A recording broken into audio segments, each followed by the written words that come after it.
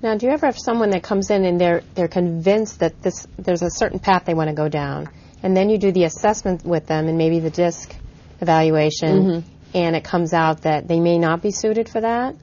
Yes, that happens a lot. Right, and so how do you deliver that kind of message, and how does that go across, and do they still fight to maintain that path, or what happens? I think people are pretty open. I was actually talking to a client last night who's coming to me for career change work, and in our initial session, my initial session is usually a couple hours, she kept talking about wanting to have her own business.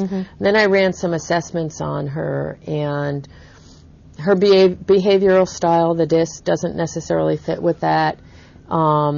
Her anchor, her career anchor, which is an assessment that I use, which is what's motivating her choices right now. Although she's interested in it, she really wants a lot of autonomy and time, lifestyle. Well, that doesn't really work with starting up your own business, because when you start up a business, you have to sacrifice autonomy and lifestyle in the beginning stages to get it going. So I think it was a breath of fresh air for her to see that although it's a goal, what she realized in the conversation was we need to put it out 5 years. Okay. And so she's here, and that business is here, so now we're trying to figure out what's that interim step she can take to get her out of where she is, because she hates it, and she's using burnout skills, which is not good.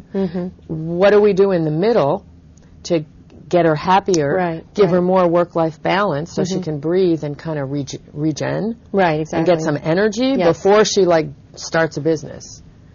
So as you see, these are all really complicated situations. They're not things that, I can do in a session. Exactly. Well, it's definitely a process. And what's curious to me is I think probably a lot of people come to you saying, I love to do X, and therefore this is what I want to do for a business.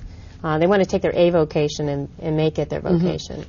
And it's not always probably the best path to come down. It might work for some people, but it's not necessarily a natural progression to just take something you love to do and make it a business. And it may not necessarily pay is the other thing. Well, true. Absolutely. And that's a big issue for a lot of people, especially in this area, because the cost of living is so high. It's not. I was watching Home Network channel last night, and they were looking at homes in Tennessee, like $160,000. I mean, it's just incredible. I mean, you couldn't get a house for that around here.